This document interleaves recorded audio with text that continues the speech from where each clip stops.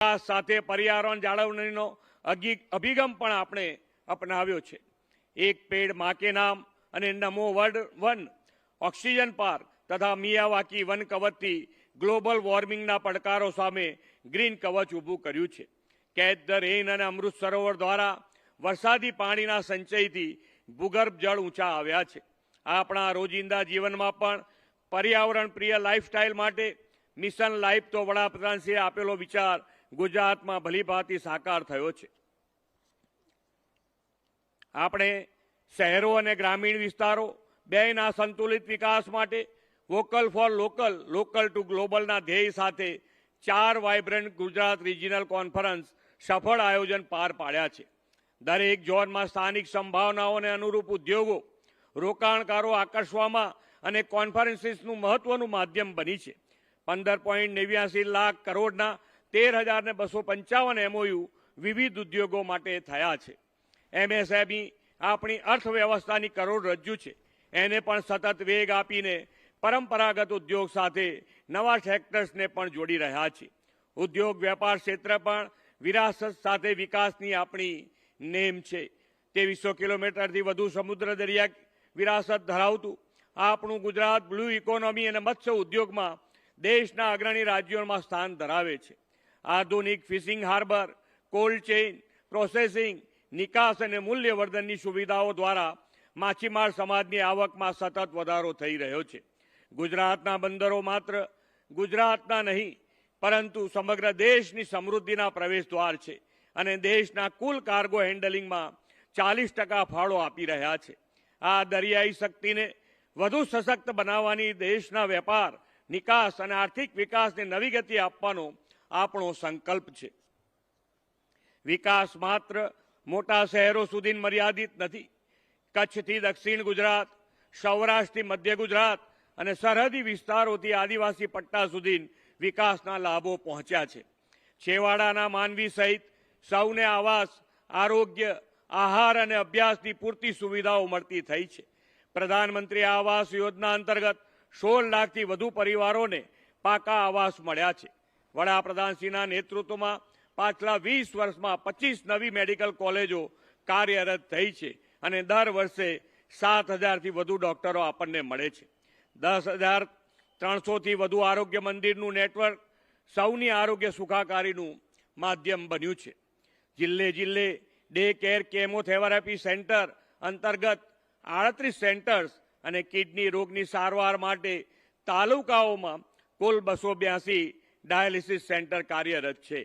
એટલું જ નહીં, ગરીબ અને મધ્યમ વર્ગીય પરિવારોને રૂપિયા 10 લાખની કેશલેસ સારવાર પણ રાજ્ય સરકાર પૂરી પાડે છે।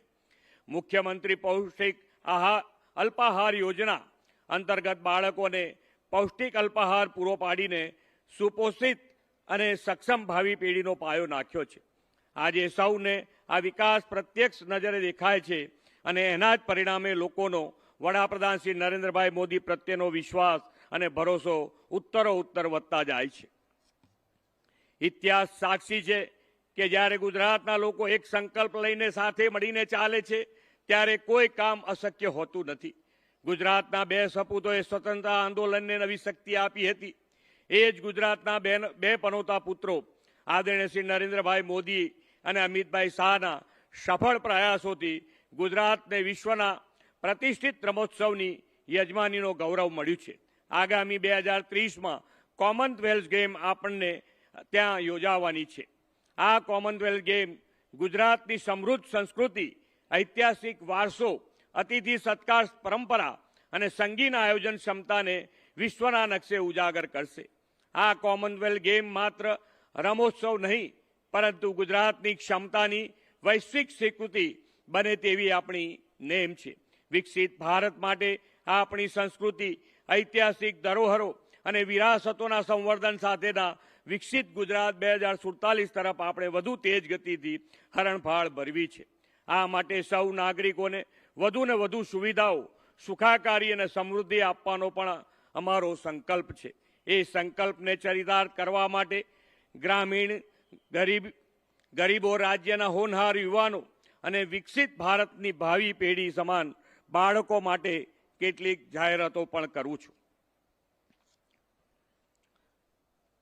વડાપ્રધાન શ્રી મોદી સાહેબે સૌને પોતાનું ઘર હોય તે માટે હાઉસિંગ ફોર ઓલનો સંકલ્પ કર્યો છે. રાજ્યના ગ્રામીણ વિસ્તારોમાં વસતા પાત્રતા ધરાવતા પરિવારોને રહેણાંક માટે ઘરથાળનો પ્લોટ વિનામૂલ્યે આપવાની યોજના હાલ અમલમાં છે. આવા પરિવારોની વધતી વસ્તી અને કુટુંબના વ્યાપને કારણે આવાસોની જરૂરિયાતો ઉત્તરોત્તર વધતી જાય છે. આ જરૂરિયાતને સંતોષી શકાય તે માટે એક મહત્વપૂર્ણ નિર્ણયની જાહેરાત કરું છું. પાત્રતા ધરાવતા ગ્રામીણ પરિવારોને આવાસ બનાવવા વિનામૂલ્યે પ્લોટ આપવા માટે ગ્રામ પંચાયતો પાસે ગામતળની સરકારી પડતર કે ખરાબાની પૂરતી જમીન ઉપલબ્ધ ન હોય તો સરકાર ખાનગી જમીન ખરીદીને પણ આવા પરિવારોને વિનામૂલ્યે પ્લોટ ફાળવશે. આ નિર્ણયને કારણે સૌને આવાસ છત્ર આપવાની વડાપ્રધાનશ્રીની પ્રતિબદ્ધતામાં મોટો વેગ આવશે અને પાત્રતા ધરાવતા જરૂરિયાતમંદ ગ્રામીણ પરિવારને પોતીકું આવાસ બાંધવા માટે વિનામૂલ્યે પ્લોટ મળશે.